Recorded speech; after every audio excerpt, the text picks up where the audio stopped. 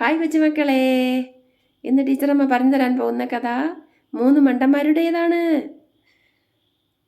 എന്തുകൊണ്ടാണെന്നോ അവരെ മണ്ടന്മാരെന്ന് വിളിക്കുന്നത്? അവർ ചെയ്യുന്നതെല്ലാം മണ്ടത്തരങ്ങളായിരുന്നു. എല്ലാവരും അവരുടെ പ്രവൃത്തികൾ കണ്ട് പൊട്ടിച്ചിരിക്കുമായിരുന്നു. എന്നാലും അവരെ എല്ലാവർക്കും ഇഷ്ടമായിരുന്നു. അവർക്ക് എങ്ങനെയാണറിയോ ഈ മണ്ടത്തരം വന്നത്?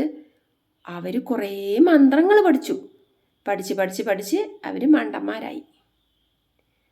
അപ്പോൾ അവരുടെ മണ്ടത്തരത്തിൻ്റെ കഥ നിങ്ങൾക്ക് കേൾക്കണ്ടേ? എന്നാൽ ഇതാ കേട്ടോളൂ.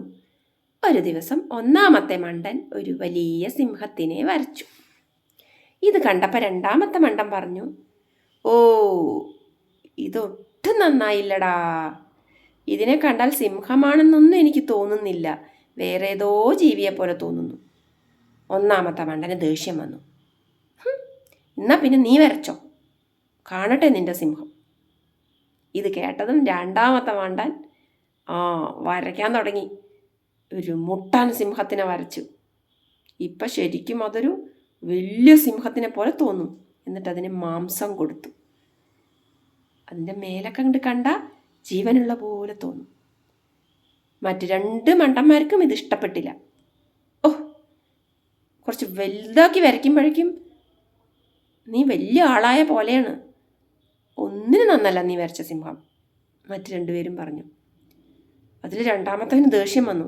മൂന്നാമത്തവനോട് നോക്കിയിട്ട് പറഞ്ഞു, അവനതാ ഒരു സിംഹത്തെ വരച്ചിട്ട്, അത് കണ്ടാലും മതി. ഞാൻ വരച്ചത് നിങ്ങൾക്ക് പറ്റിയില്ല, എന്നാൽ പിന്നെ നീയൊന്ന് വരയ്ക്ക് നോക്കട്ടെ, മൂന്നാമത്തവനോട് പറഞ്ഞു. സിംഹത്തിനെ വരയ്ക്കാൻ മാത്രമല്ല കേട്ടോ എനിക്കറിയാം, എനിക്കതിനെ ജീവിപ്പിക്കാനും അറിയും. അപ്പോൾ ഈ 2 മണ്ടന്മാരെന്ത് പറഞ്ഞെന്നറിയാമോ? എന്നാൽ പിന്നെ അതൊന്ന് കാണട്ടെ എന്ന് പറഞ്ഞു. മൂന്നാമത്തവൻ സിംഹത്തിന് ഓം ഹ്രീം എന്ന് പറഞ്ഞ് ജീവൻ കൊടുത്തു. മന്ത്രവിദ്യയല്ലേ പഠിച്ചിരിക്കുന്നത്, ഫലിച്ചു. മൂന്നാമത്തവൻ ഇങ്ങനെ പറഞ്ഞതും സിംഹത്തിന് ജീവൻ വന്നു. ജീവൻ വന്ന സിംഹം ഇവരെ 3 പേരെയും നോക്കി. നല്ല ഇറച്ചിയൊക്കെയുള്ള നല്ല തടിയന്മാരായ 3 ജീവികൾ. എന്തായാലും എനിക്കിന്ന് കുശാലന്നെ. സിംഹം എന്ത് ചെയ്തു? ഒറ്റ ചാട്ടത്തിന് ഒന്നാമത്തെ മണ്ടനെ തിന്നു.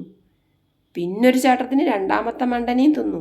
ഓടിപ്പോയ മൂന്നാമത്തെ മണ്ടനെയും ഓടിച്ചെന്ന് സിംഹം വായ്ക്കകത്താക്കി. എങ്ങനെയുണ്ട് കഥ? ഇഷ്ടപ്പെട്ടോ?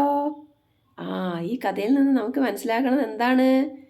നമ്മളുടെ ബുദ്ധിയൊക്കെ നമ്മൾ വേണ്ടിടത്ത് വേണം പ്രയോഗിക്കാൻ. വേണ്ടാത്തിടത്ത് പ്രയോഗിച്ചാൽ ഇങ്ങനെ ഉണ്ടാവും. അടുത്ത കഥയുമായി ഉടൻ വരുന്നതാണ്.